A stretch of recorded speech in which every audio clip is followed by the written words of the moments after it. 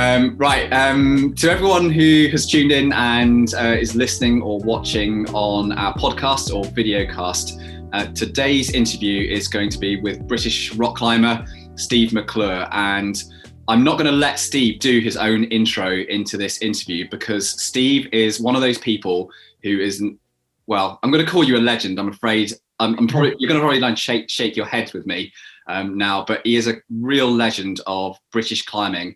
And he's also very hard to get him to blow his own trumpet. So I'm going to do it right at the start here now, so you all get the context of how accomplished Steve is. So Steve is, he's made the first ascent of the hardest limestone sport route in the UK, Rainman. This was a long project, which he finally did in 2017. He has a career which spans many years operating right at the top of the grade. Even his first entry into the 9A sport grade with mutation is almost certainly not 9A and is at least 9A plus, knowing some other climbers who've tried this for a very long time. So he was really ahead of his time, even when he got into the highest grades of sport climbing. He's also climbed pretty much most of the hardest really cutting edge trad routes in the UK as well. He probably won't even call himself a trad climber, but he still kind of puts it down on that stuff. Still an adventure climber as well. He's competed in the international competition circuits and has really just done a lot over many years. And he's finally turned 50 years old last year, coming up to 51 now. And I am really looking forward to just exploring with Steve essentially already fairly lengthy career in climbing right at the top and the things that you've experienced and what you see making the difference. So welcome to the interview, and sorry that I had to kind of put you on the spot there, Rich, straight off. It's all right. I must admit, all the stuff you mentioned there, it seems like such a long time ago now that I've forgotten most of it. But yeah, it has been a while. It's definitely been a while, but yeah, and hopefully the same to come again. Yeah. Well, how many years have you been climbing now then? I mean, tricky question, because obviously, when did I start would be the question. I mean, I can recall times going out with my folks when I was 10 or 11, and I've got pictures of me climbing with my folks when I'm like 2 or even 1 years old. So yeah, I started before I could even walk. But I think there was a pivotal moment when I started seriously when I was about 24 or 25. That was when I started trying hard things. That's when performance became part of the deal.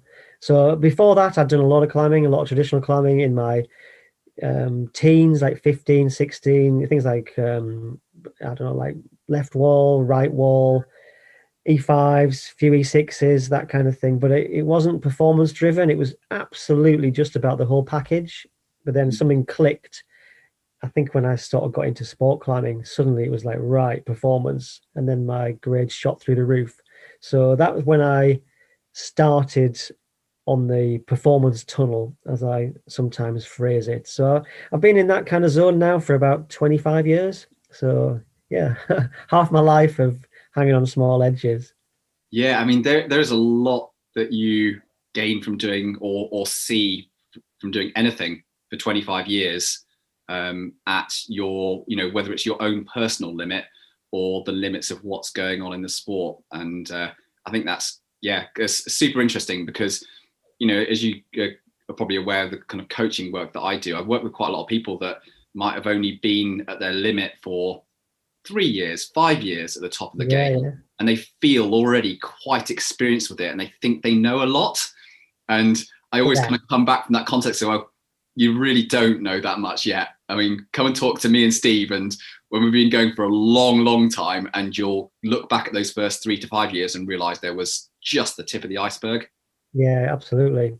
Yeah, it's, I think you start to realize where you've been and where you could go. That starts to become very relevant once you've been in the game for, it's got to be 10 years at least. When I look back 15 years, I was barely even starting compared to what I achieved. Things like red point projects, particularly, you think you're done. I can remember on numerous occasions saying, I'll never climb any harder than that. And I look back now and I wasn't even trying. It was just nowhere near. Yeah. So you had this period where you were climbing, what for most people were quite hard trad grades, around that E5 level. And a lot of people find that, even those grades quite aspirational. And then you converted across into more sport climbing. When you moved over into sport climbing, did you end up at kind of grades that were similar around that, 7A to 7B, 7B plus region, or did you actually quickly jump forward on your relative sport grades and sort of go through that 8A barrier quite quickly from there?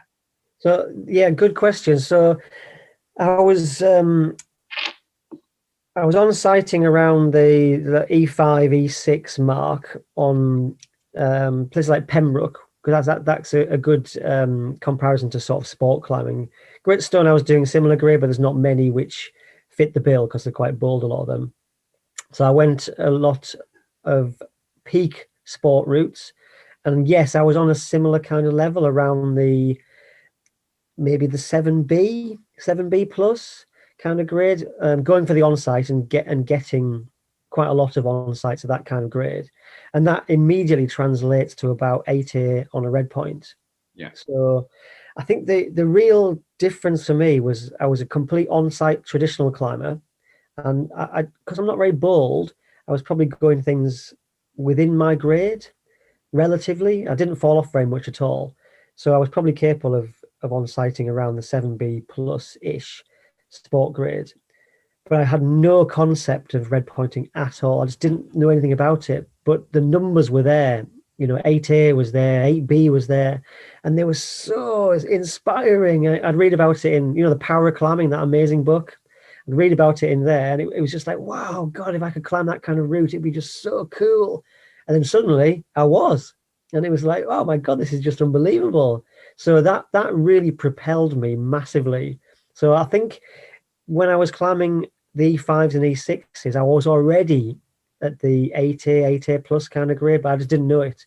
So to suddenly realize that I was there was just amazing. It was brilliant.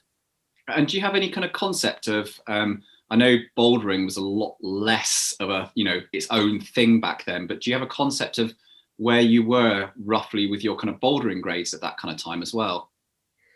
I would struggle to be sure, but things like so in terms of actual brute bouldering, I've never been very good at that. But for say things like like Jerry's Traverse at Stanage, yeah, on 7C plus, so that was something that I could do relatively quickly straight away. But in terms of one move blocks, don't know. Yeah, I mean, one movers are hard to say, aren't they? Yeah, very.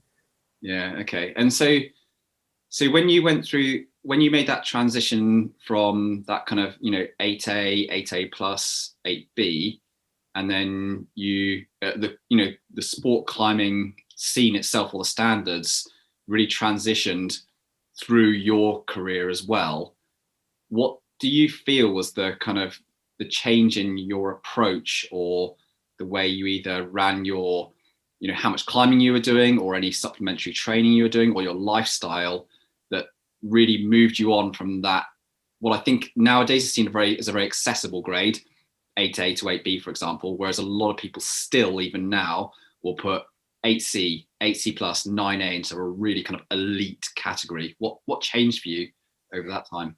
So I think the main things that changed was volume of climbing in that specific style. So before I jumped into the sort of sport climbing world, my climbing life was very much a sort of trip based, and sort of whenever I can be really bothered to go out to the peak to do some easy bouldering, or maybe a few trad routes, but it just wasn't focused at all. And the group of people I was hanging out with, they were all E1, E2 climbers.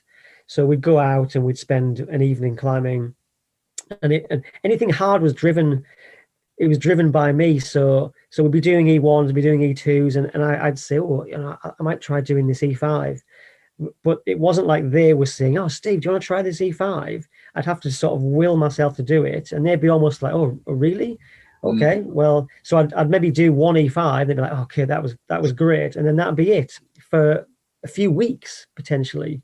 So there's very, very little for the hard stuff, hardly any hard climbing, and there was no training. We'd maybe go to the foundry, but it was all like once a week. We were students, and we were party heads.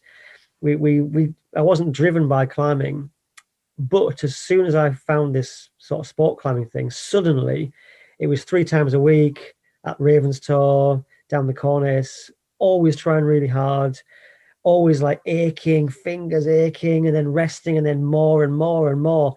So I was just doing so much volume that my grade just went up. I mean, I can remember doing my first grade 8, which was actually Zeke the Freak, which is 8B. I did that 1 year, and then I think I did an 8B plus 2 years later, and then a 9A 2 years after that. So it was a pretty quick jumping up, to be honest. There was no hanging around, but it was volume. It was mainly volume. In terms of people are going to say, what training were you doing? No training. Like there was no training at all. It was just occasionally going to the foundry, but there was no actual training. It was just a few routes here and there, but it was all about outside. Although I can talk about one element of training, if you like. Yeah. So the one thing. So if we just talk about training very, very quickly, for me, I think that if you want to get good at climbing and you want to train for climbing, you need to train for your goals specifically. So you need to work out what your goals require. And I think that's really important because I see a lot of people training these days. And I just think, what are you doing that for? That's not going to get you up what you want to do. But we can talk about that later. But anyway, I looked at what I was doing, what I needed, and I think I invented foot-on campusing, because to me that looked like the most perfect way to train for the sort of stuff I wanted to do, which was overhanging by maybe 20 degrees, relatively small handholds, and on the wall for maybe 2 or 3 minutes, getting absolutely blown forearms. So I couldn't campus because I wasn't strong enough. So I put my feet on, went up and down for a few minutes, got really, really pumped. Did that for, I don't know, a couple of years probably, once a week. And I reckon it stood the test of time. I reckon I think it's personally the best way of power endurance training that you can have. Yeah, I think it's actually a really nice blend of essentially kind of moderate intensity or moderate to high intensity, moderate / high intensity fingerboarding and systematized climbing movement in a way on a wall, because it's like a blend. It's not pure proper climbing movement, all over the place and lots of complexity, but your body's at least in that chain of engagement or movement like on a wall, but you're stressing the fingers in a really standardized way. It doesn't change, you're not breaking different sizes of holds. Yeah, I completely rate that as an exercise, because as soon as you start trying to do that kind of intensity on a boulder problem, you don't isolate the forearms. I think you need to do both things, but when you want to just work on your forearms and fingers, that exercise, it just hits the spot completely. So I was doing some of that at the same time, and I just found that I could just hang on for ages. Routes like things like Mecca is a really good example. It's, it might take you like 2 minutes to climb it, and you're on your fingers the whole time. And I mean, the moves aren't super hard, but you just need to be able to hang on. So yeah, that exercise I think was pivotal, but mainly in answer to your question, it was volume of that type of climbing. Yeah, and it of course has a a high degree of specificity. That, like, I always say this to people, that if you're going to look at one thing that you can do in climbing to improve your climbing, is take something which looks very, very similar to the thing that you want to achieve, and if you do that, it's going to have a really high transfer. So for example, if you really want to get good at climbing at Ravenstor on this length of route, if you're going to really dial it down, go to Ravenstor and climb on that length of route a lot. A lot of people can't because they don't have, 4 days a week that they can go to the crag, or they live in London or whatever it might be. But that is the real reality of training for sport. Specificity, every time it wins out. I'm afraid that is probably one of the most important bits of advice that you could give to anybody. And I think with our sport as well, because it's such a complicated sport, it is probably even more important. And the problem with that, of course, is if you don't have access, but your goals are to climb on rock, then you're going to have to get super, super strong, overly strong, to compensate for the lack of volume on the rock, which is a bit of a shame. And I feel very lucky that I had the access to what I wanted to do, to be honest. My targets and my goals were right there, right in front of me, so I could just go and hammer away at them. Yeah. And having climbed for a number of decades now, and also been at that 9A standard for a long time as well, so you're essentially putting your body under fairly high intensity stress, multiple times, multiple years. I'm gonna assume here that during that career you reached a point where you felt like actually the improvements were just getting really small, really incremental, and you kind of felt like you were maybe reaching your own genetic ceiling or lifestyle ceiling or approach ceiling, whatever you want to call it. When did that come for you in your career? What did it feel like? How did you sort of deal with that? So I mean, that's an interesting one. So I think you tend to mentally shift your targets and your goals, and whether you do that because you can't make gains in a certain area, whether you you actively do that, or whether it just happens. Maybe you're kind of kidding yourself in a way. So people like they tend to move through sports, move to different sports, or different areas of sports. I think I found myself more inspired by traditional climbing, more inspired by adventure climbing. That's what motivates me now. Is that because I can't climb as hard? Or is it because I really want to do that other stuff? I don't really know. However, I don't feel as though I'm actually stopped by my performance on the sport yet. I almost certainly will have reached my physical sort of limits, but I think you can keep on getting better technically for a long time. And I've noticed almost like step changes over the years where I've thought, oh, I'm actually climbing better than I was last year or the year before. And that has happened certainly into my late 40s. The last couple of years, I can't really say. So last year was a bit of a write-off, as you know.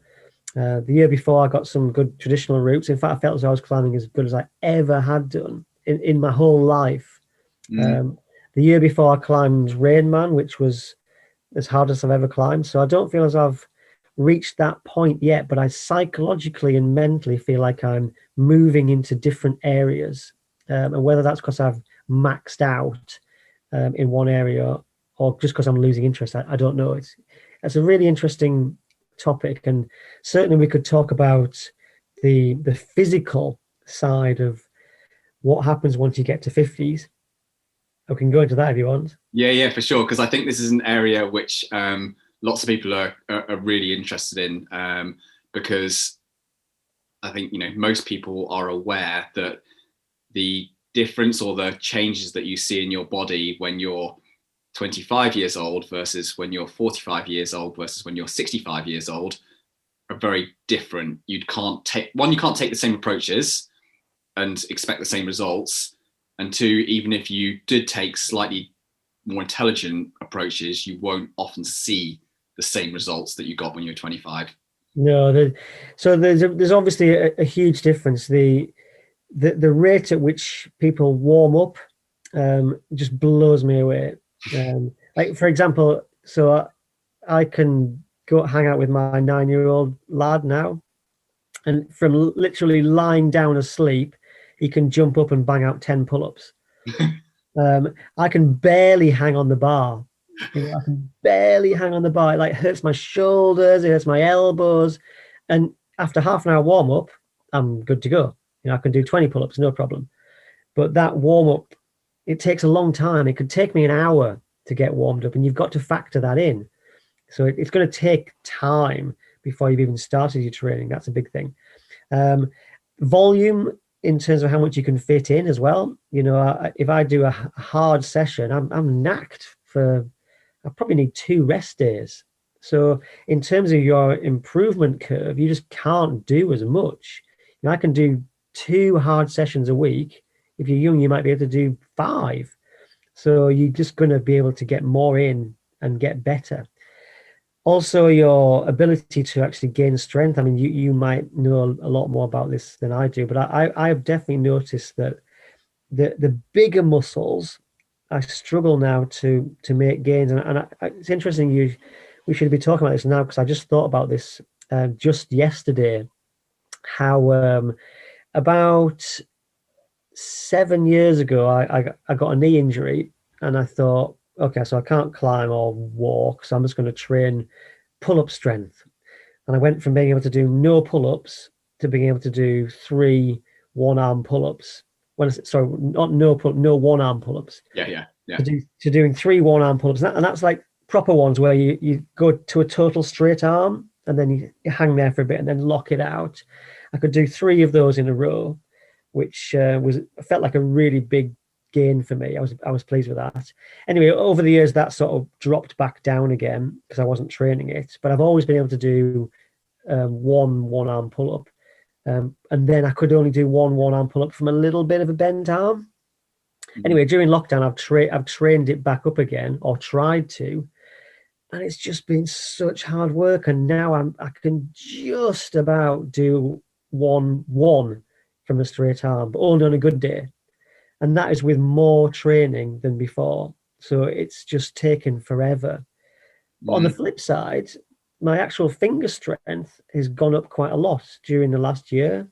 And it's when I say a lot, okay, it's not like 20% or anything, but I can quite comfortably hang on the lattice rung now, either arm for 10 seconds, whereas before it ain't easy.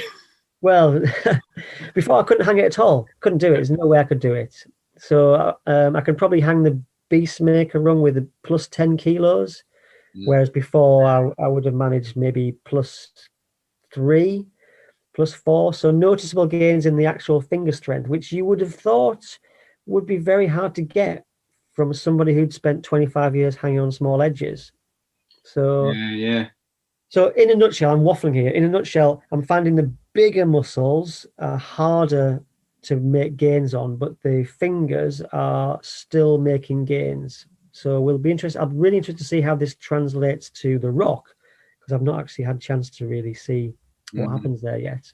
I tell you, perhaps my thoughts on this is because it's a really interesting scenario that you've got here, and I think my thoughts on this, or at least the road that it's leading me down, is that essentially when you look at strength in a muscle, or in an athlete, human, whatever you want to look at it as, is that you have a sort of a number of different approaches that you can take with it.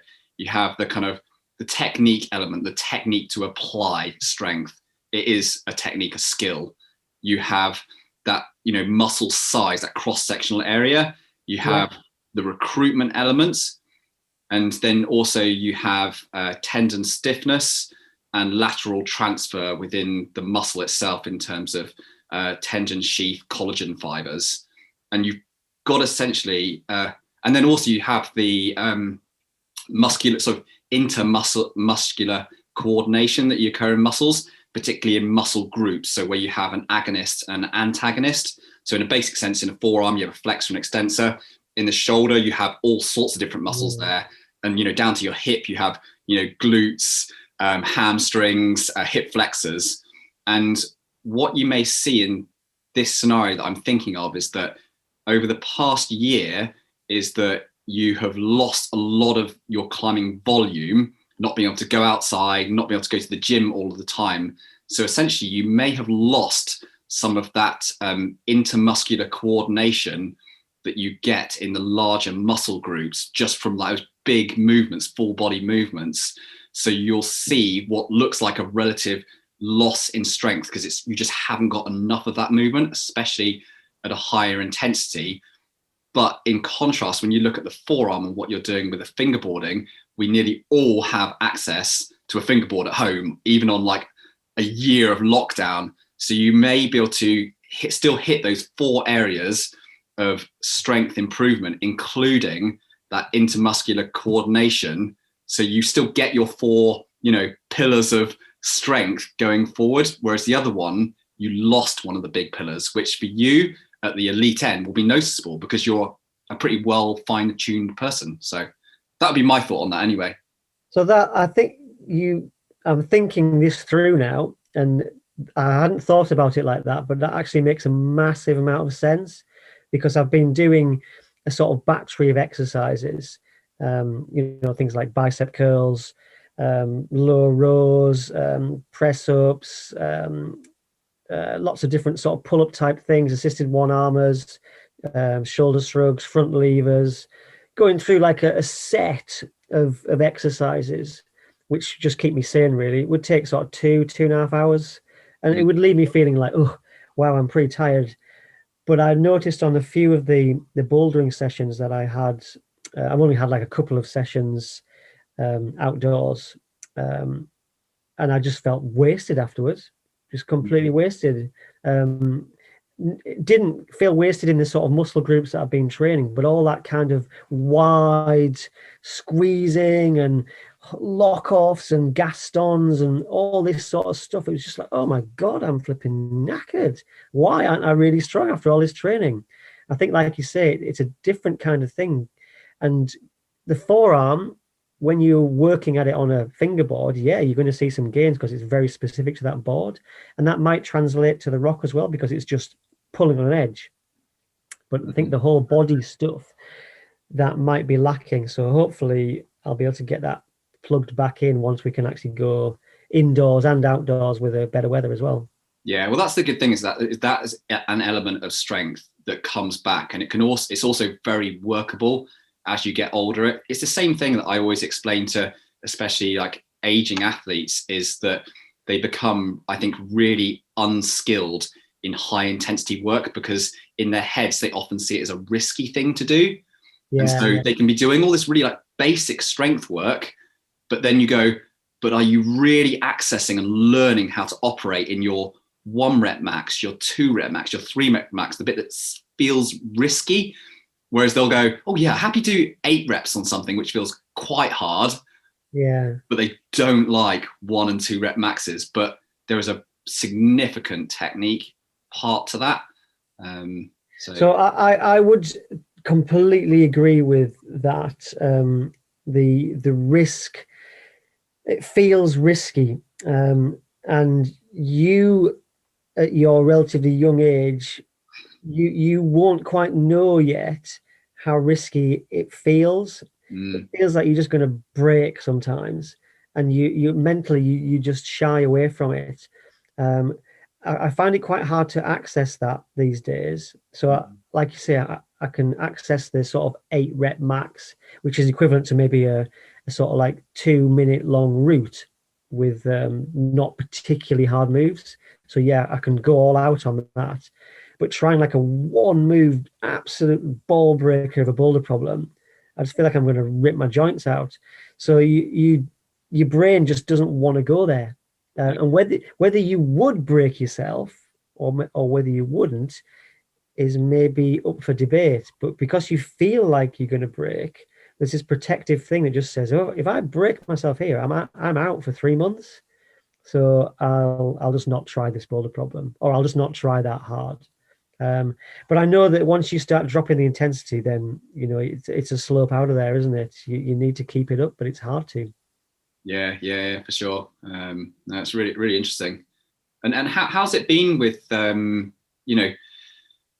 trying to think now how many years you've been in roughly in climbing. Let's call it a good 25, 30 years no, actually, you're saying earlier it was 25 years. That higher end, wasn't it? Yeah. So I can remember I traveled around, like I traveled a lot when I was like 24. I didn't really climb at all. Yeah.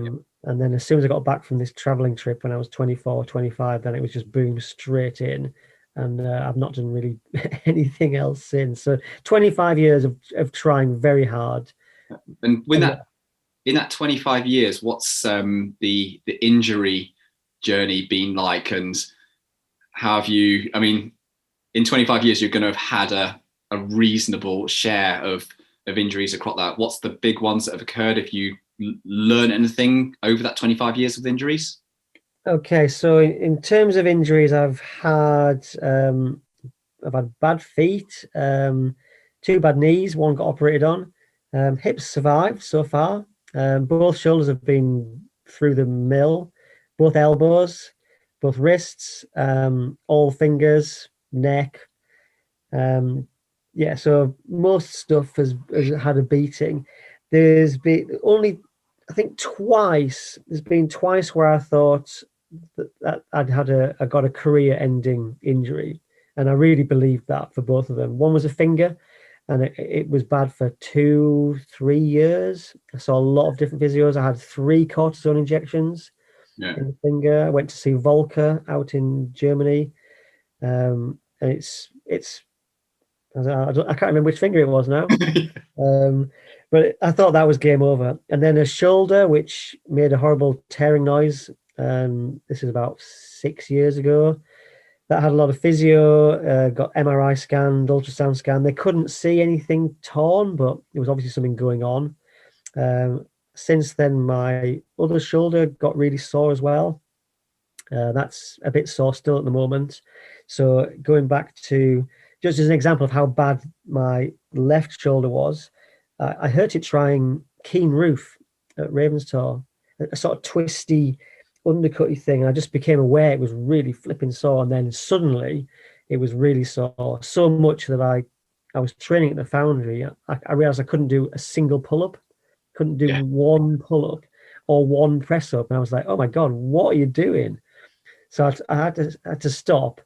And when I started to like rehab it, I couldn't do a bicep curl with anything more than 1 kilogram. So it was bad. It's back up to reasonable level now. I can do a bicep curl with maybe 10 kilos, but the other one can do it with like 18 kilos. So I've got a long way to go still. What have I learned? Obviously, the first thing you learn is warm up. The second thing you learn is don't push through, because there's a lot of times you push through an injury. You must have had this where you go, oh, I've just tweaked my shoulder, but it'll be all right. I'll just carry on. So sometimes you can push through, but the sort of one bit of advice I'd give is if you feel like you've got an injury, just stop for half an hour. And in half an hour, you'll know. You'll either know whether you can carry on, or you'll know whether you'll be like flipping like, I'm glad I stopped, because this is actually quite bad. That's a crucial thing. In fact, that's the one thing I'd say for anybody like relatively ancient like me.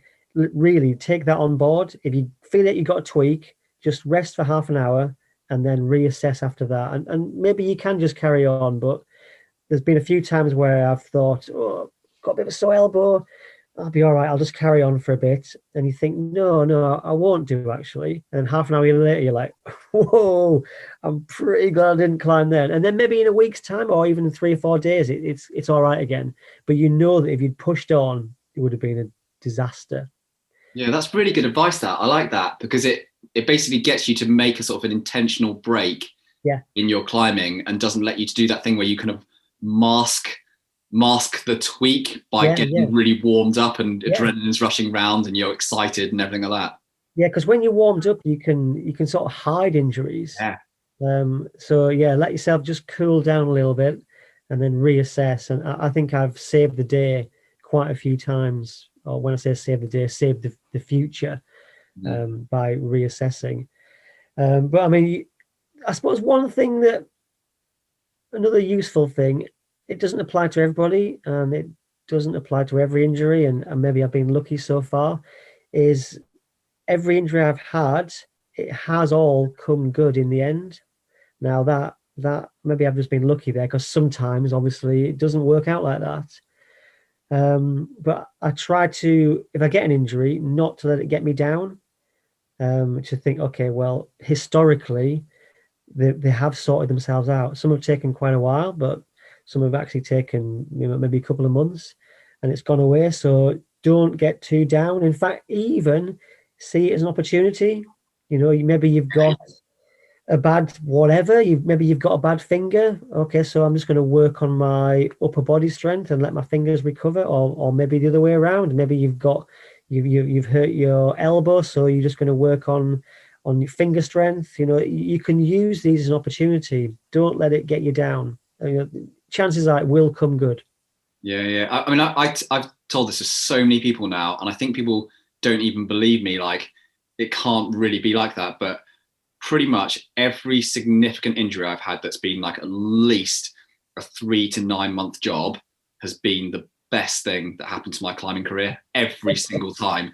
And the best thing now is that because I know it, sometimes when they happen, I'm in such a positive mindset when they happen. Like, I hate this now. I really do. I'm not happy, but I know this is going to pan out to be one of the best things for my climbing. And you just get it in your head. When you repeat it enough times, you go through that cycle, it comes, and it's no longer a disaster. I hate it, but I know this is a proper opportunity. Yeah. I think seeing it as opportunity is the way forward, but still the target is don't get injured. That's like rule number one is don't get injured, because I think one of the problems with getting injured is you might be able to push through it in the end, but they do kind of haunt you to a certain extent. You kind of live with them. And like at the moment, like I know, like both my shoulders are not great. And when if I'm doing a max hang, so when I'm doing a max hang on my right arm, I can only get my best result by doing a complete dangle. So not engaging my shoulder. My shoulder it doesn't engage very well. It's not strong enough to. On my left arm, if I do a dangle, it hurts my shoulder, so I have to engage. So I've got two different injuries that make me do different things. If I had no injuries, it'd be fine. But they're there now, and I can still climb with them. I've had them for quite a long time. They haven't stopped me yet. So yeah, try to avoid it. But if you do, then use it as an opportunity. Yeah. And when you have injuries now, do you feel like you tend to just go into your own process of rehab and you kind of read around and talk to friends and other climbers, or are you a kind of diehard, right, I just go and see a physio straight away and just get it looked at? Or what kind of approach do you tend to take with that? Now, for a start, I'm obviously a tight arse, so I don't go straight to the physio. There's some really good, very, very good physios out there, of course. I've got so much experience of injuries that I often feel like I know more than the physio now. So most cases I'll know what's going on. Things like shoulders are the weird one, because there's all kinds of things in there. And ultimately, with a shoulder, you want to know whether you've torn something that needs to be surgically repaired, because ultimately things pull away and can't grow back. That's the kind of my understanding of shoulder things, if they tear. But everything else, pretty much everything else, will just fix by itself. Like fingers, it doesn't matter what you've done, pretty much. The rehab is the same. So just get on with usual finger rehab. Just gently stress it. Don't crimp if you've knackered one of your pulleys. Just open hand. It'll come good. Things like elbows, I think there's so much stuff online now about how to deal with an elbow tendonitis. They're not too bad, but yeah, the shoulders are the weird one. So I've seen physios for my shoulders, had various scans, but touch wood, so far they've not seen anything that needs to be attacked with a knife. So fingers crossed. Yeah. I'm just about starting to get over mine now, and I had the first month was just awful. Like it killed changing gear in the car. I couldn't touch a pull up. Can't sleep at night. Like I couldn't even get my arm above my shoulder level just to lift it with nothing in it. Yeah. And just What was it? that. What was it? Sorry? What was it? Do you know? It was just a really severe aggravation of the tendon attachment in the shoulder. I thought it was like a tear because it got so sort of inflamed and tight and protective that it was clunking all over the place. It was making horrendous noise. I could like hear it, but I think I just got so scared about the whole thing that I was probably holding it in a weird way. And I just went and got a scan from like an ultrasound from a physio in Sheffield. And as soon as he like looked inside of it and he was like, right, you haven't got a slap tear, you haven't got a tear here. I think I just immediately relaxed within a day and I just got on with rehab. And then, a month and a half later, it's actually kind of like 6 out of 10 fixed. Okay, so shoulder-wise, I mean that's quite a useful bit of advice there, which people would probably be pleased to hear.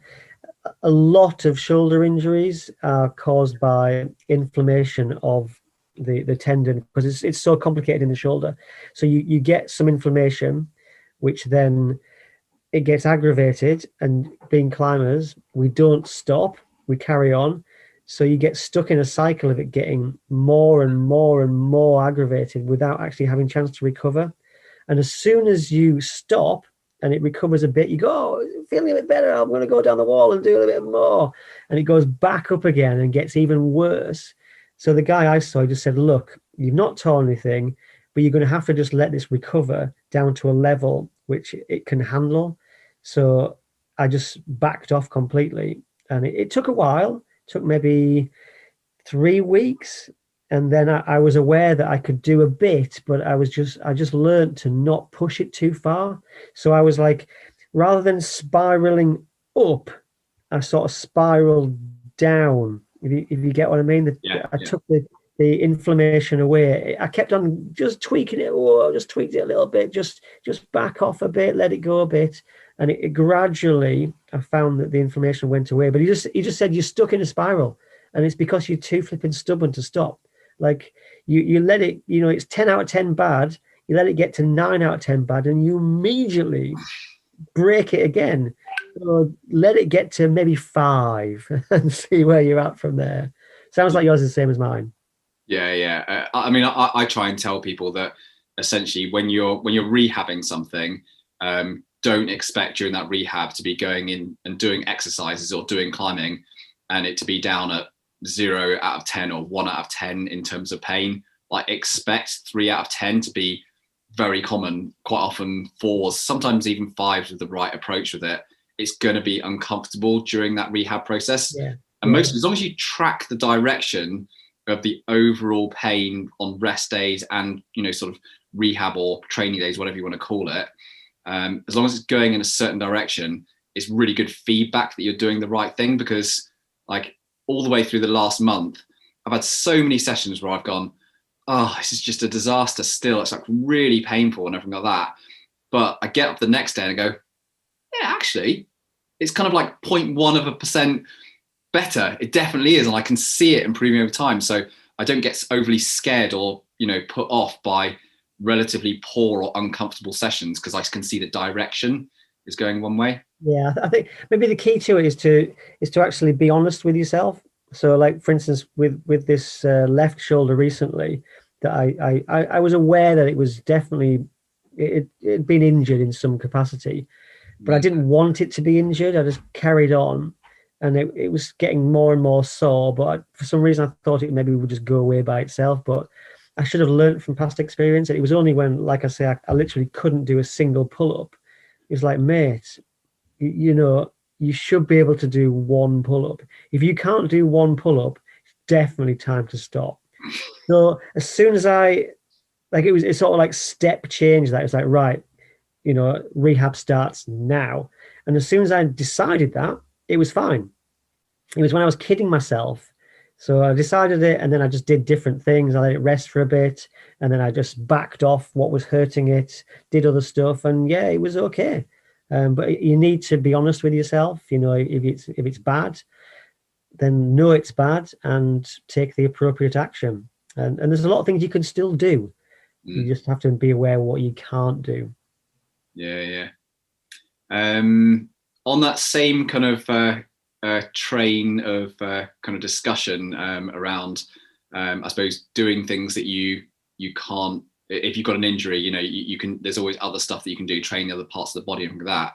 I'm really interested to know your thoughts on the kind of trainable nature of the psychological element of climbing, whether that's, confidence in your own abilities, the ability to be able to kind of grind through uncomfortable situations, be good with falling, heights, etc., and how adaptable you think that is and how much you can change it. Because I've known you for a pretty long amount of time now, and you've always come across to me as being a climber who's good with falling and heights, and a good confident climber in terms of route ability. You're quite kind of objective, like black and white about it.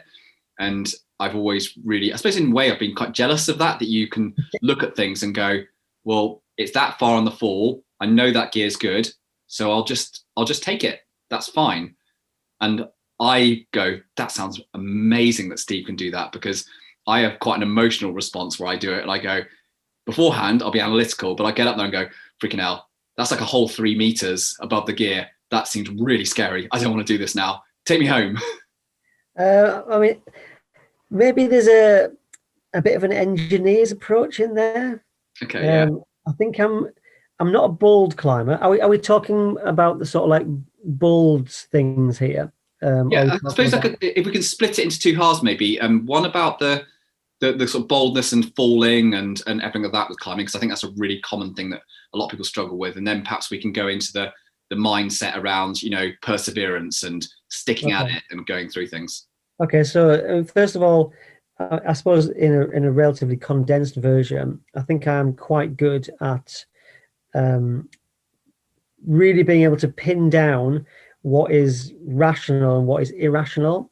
So, for instance, if there's a bolt at 2/3 of the way up the route and the route is overhanging, then I know that I'm good to go to the top of the crag, because I'm not going to hit the floor and I'm not going to swing into anything or hit any ledges. If I know that, then I can keep that in my head and I can just go. And I think I'm very good at keeping that thought, which is something that maybe other people can't keep as well. I mean, the classic one is that you're climbing up a traditional route, you put in like an absolute bomber piece of kit. Oh, that's brilliant. And you do one move up and you're like, oh my God, I don't want to fall off now, I'm going to really hurt myself. It's like you've got like a bomber by your feet. You remember, and they're like, oh yeah, I have got, but they just can't remember. Whereas and this is something I try and teach people when I'm coaching them is when you put your protection in, assess it. I do this thing where I rate my protection. So if it's as good as a bolt, I give it a 5 out of 5. If it's like pretty bad, I give it like a 1 out of 5 or whatever. And I just sort of say it to myself. So I'll put it in and go, whoa, that's a 5 out of 5, that, mate. And the act of saying it reinforces that it's super good.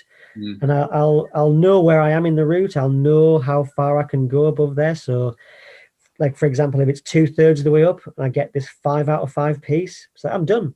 Like, I'm going all the way now. Like, I don't need any more gear. If I get some more, then great, but I don't need more. I can go all the way.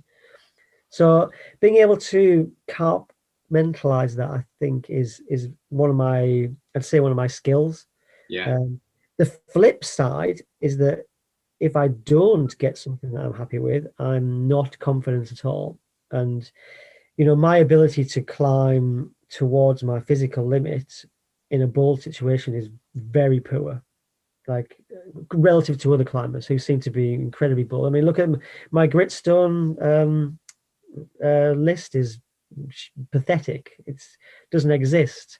And all of the hard traditional routes I've done, if you were to look at them individually, you'll see that they can be broken down into being relatively safe. I'm attacking them like a sport route, really. Things like even like Rhapsody, the Dave McLeod's E11. Before I even set off that, I was like, it's safe. I can fall to the top of the crag and I'll be totally fine. So I never really put myself in any real danger. And the dangerous things were very completely calculated.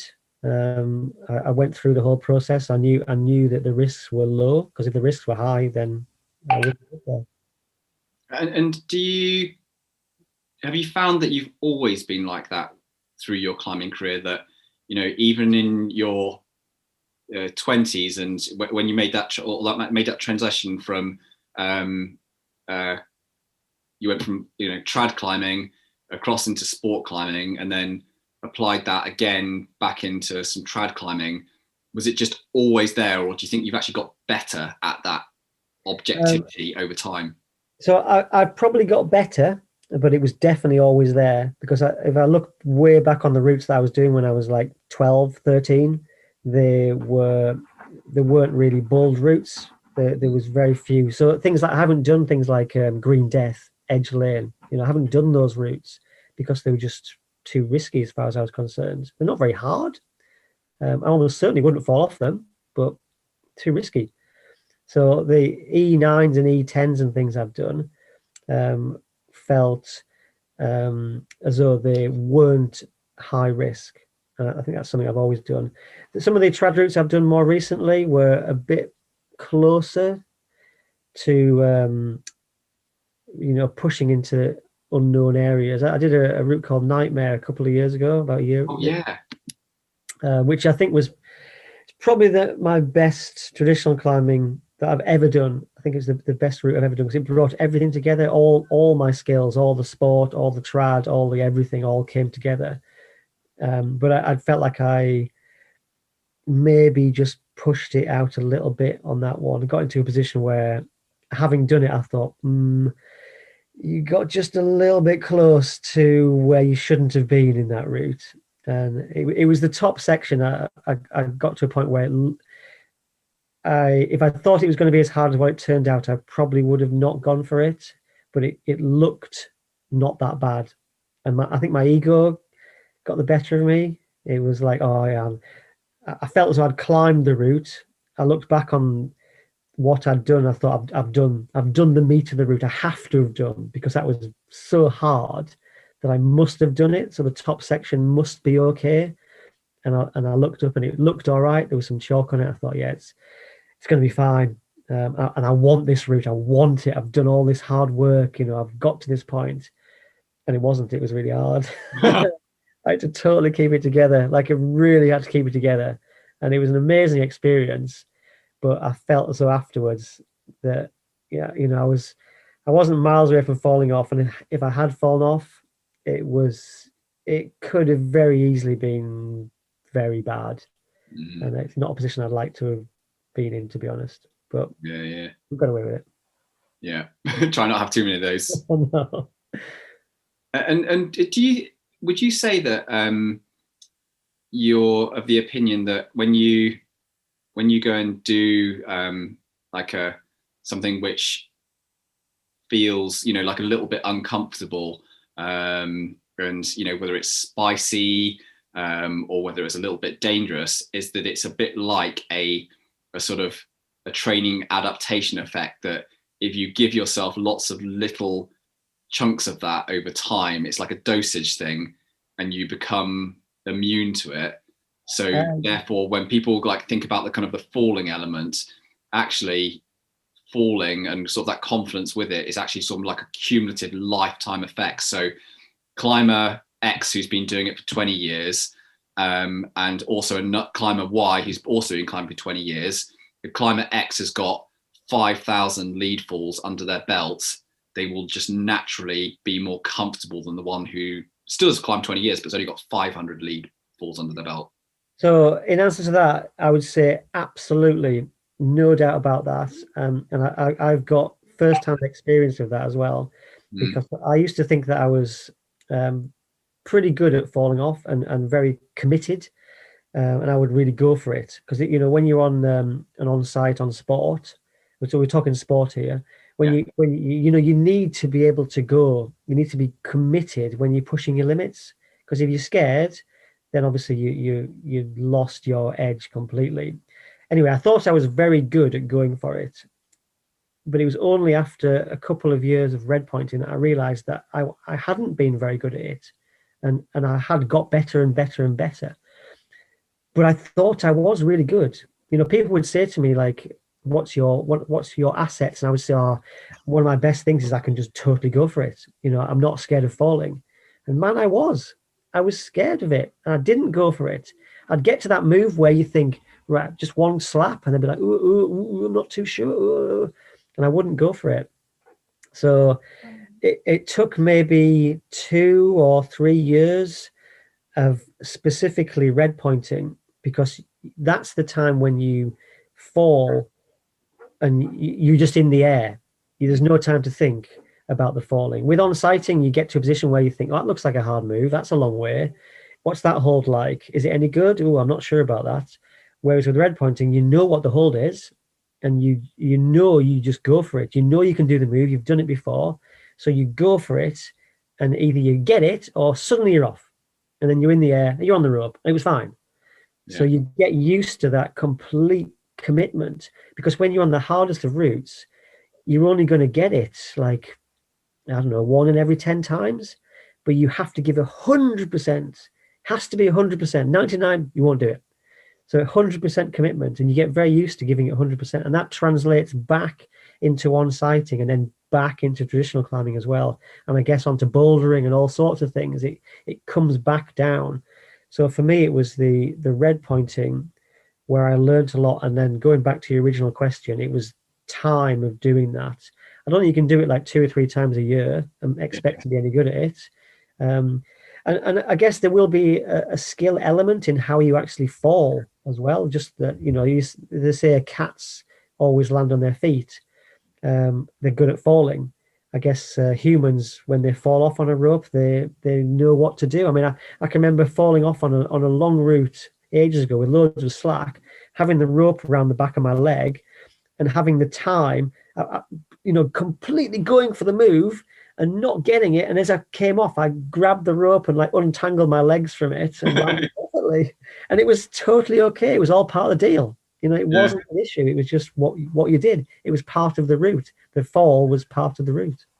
Yeah, I think the red pointing thing is actually a really underrated kind of comment or strategy that you talked about. I've seen you write about it and talk about it in the past, and I've always I don't know about that. I just can't quite see it. But then over a couple of years ago, when I got involved with a hard red point on a trad route, which I found quite sort of scary in terms of the spacing of the gear and the kind of exposure on it.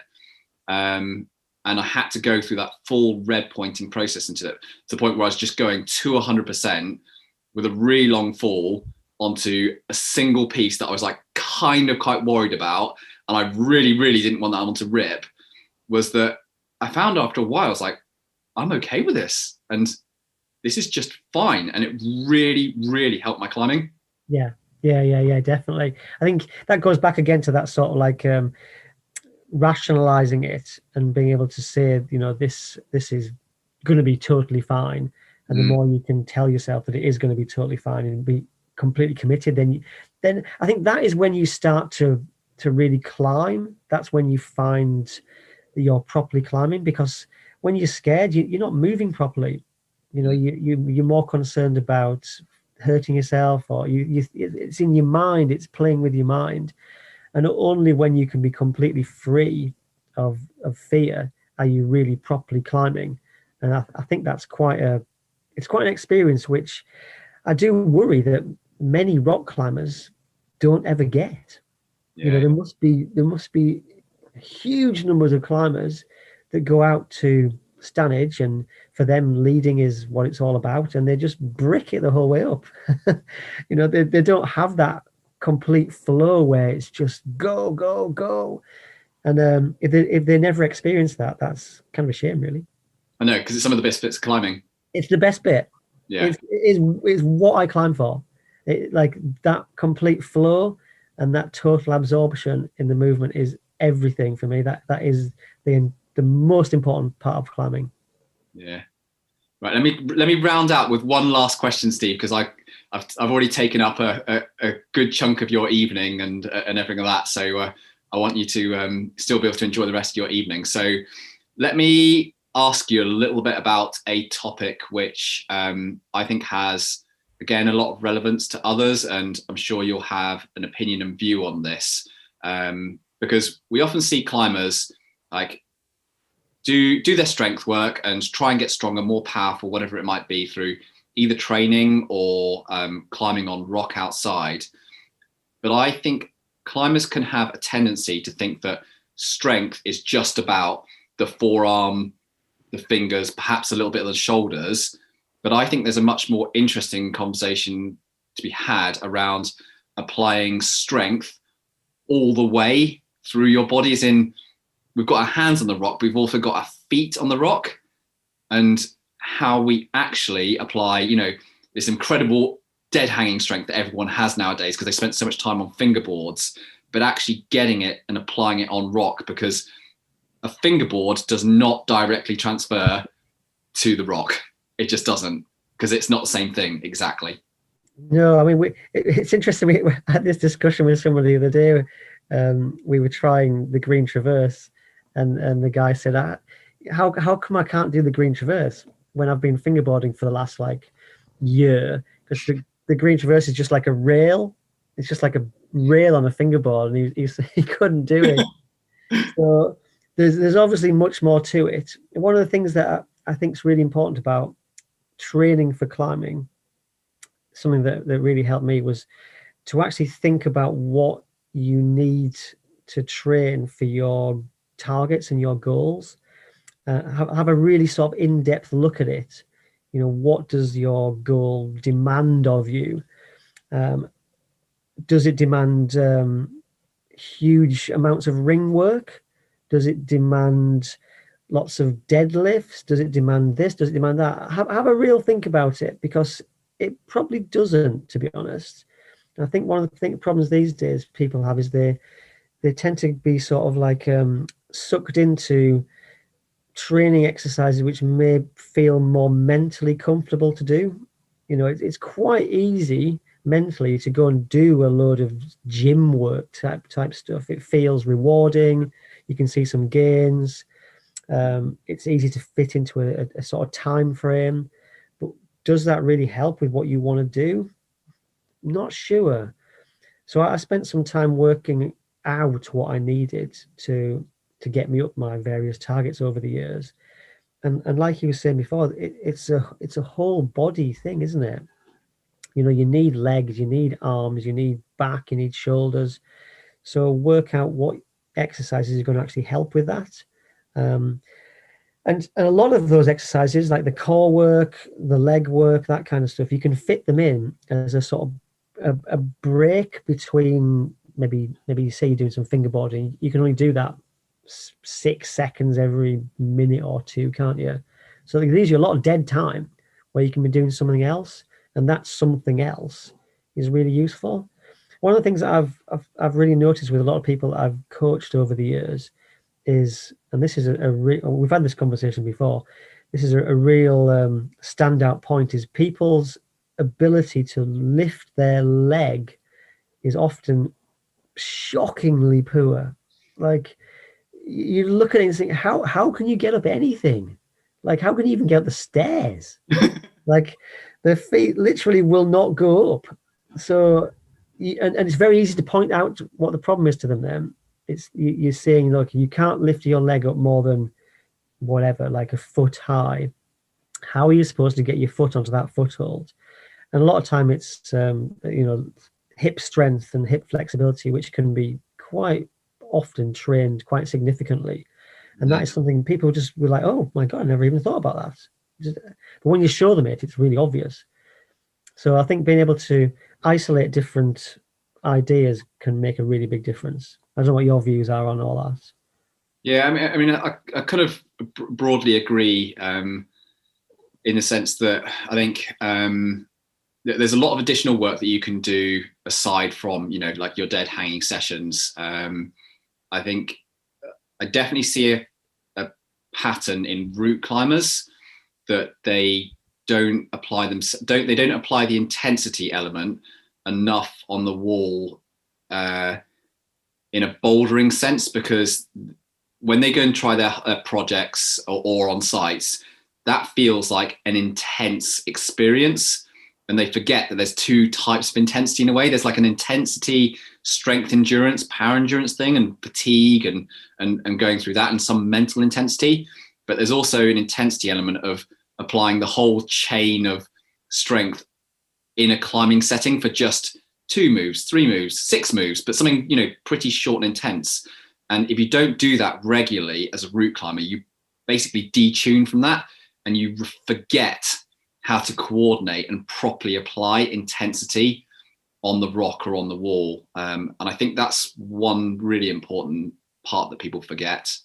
And then that's I guess that goes what I was just saying there about have a good look at your target and see what it really demands of you, because in most cases hard routes do demand a very short, well, not very, but pretty short, very intense set of moves. And some you can look at most of them and go, actually, yeah, well, do you know what? That takes 15 seconds. That crux is 15 seconds.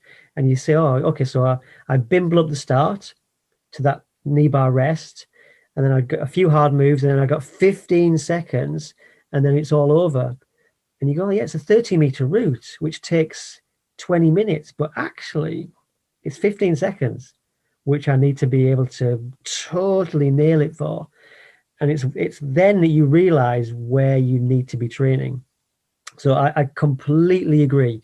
I think route climbers, especially as they get older, they fall into this sort of total stamina plod, and they just fall off on the hard moves. They either totally go down the stamina routes and hunt them out. Those routes have got no hard moves, or they just get spat off on the crux every single time. The intensity, I think, is really, really important. Really important. Yeah, and I'll quite often work with older climbers and say, right, what are you aiming for? Why do you actually want to work with me? And they're like, I want to climb my hardest ever. And I'll say, well, what one of the primary reasons why you think you're not climbing this grade or this project? It's too hard for me at the moment in terms of the difficulty element, really hard bouldery sequence. And then I'll say, so tell me a little bit about your general bouldering habits and how much you do. Oh, I've not done that for a few years now. All right, okay. We don't even have to get particularly sciencey or, really clever about the training here. It's just pulling back some basic elements back into your habits of, if you want to climb at your limit and push your limit, you have to put in some really quality intensity into your weekly, content. It's just desperate if you don't. You've got to be like a total superstar or projecting, beast that can just have the best strategy ever if you want to get around that. Yeah. I think for people that are operating in their sort of like 50s, for instance, and then want to climb hard sport routes, they need to ensure that they're doing some element of not necessarily full-on 2-move bouldering, not necessarily that, it's useful, but doing some 10-move very hard boulder problems, at least a good bunch of that, probably every week, to be honest, or a good block of that anyway, and don't just go into just route climbing, because it won't work. At the end of the day, most hard sport routes are like the 200 meters or the 400 meters, and they're not the kilometer run. Yeah, not at all. Bouldering is like the 50-meter run or the 100 meters, but you need to be good at the 400 meters. But as soon as you become just good at the mile, you've blown it. Yeah. Well, I'll probably chat for a very long time here. I reckon. It's been an absolute pleasure, Steve, and chatting again. And it's been too long. We haven't kind of seen each other or chatted all this kind of stuff anyway. I should come up to Malham again with you, and we can have a massive long car journey. Yeah, man, those car journeys are good. Yeah, we have this conversation like all the time. Yeah, that's one of the best things. But whether we'll be going to Malham this year, who knows? There's still things to do. Things to do, definitely. But yeah, come and join us, man. Come and join us. There's no cracks there, though. I know. I'll plod up some 7As on some edges or something like that. You'll be right, for sure. Well, it's been a pleasure talking to you. Yeah, I hope everybody else isn't getting too bored by our waffle. I'm sure it'll be fine. Yeah, no, it's all good. And where can people find you in terms of like websites, any social media links and things like that? Because I'm sure people watching and listening will want to, I mean, I'm sure most people will know exactly who you are, but for anyone that doesn't, where can they find you?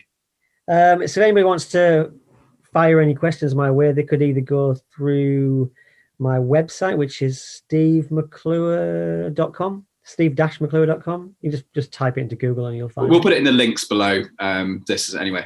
Yeah. I'm always happy to reply to any questions. I quite like chatting away, and especially at the moment, I've got nothing better to do.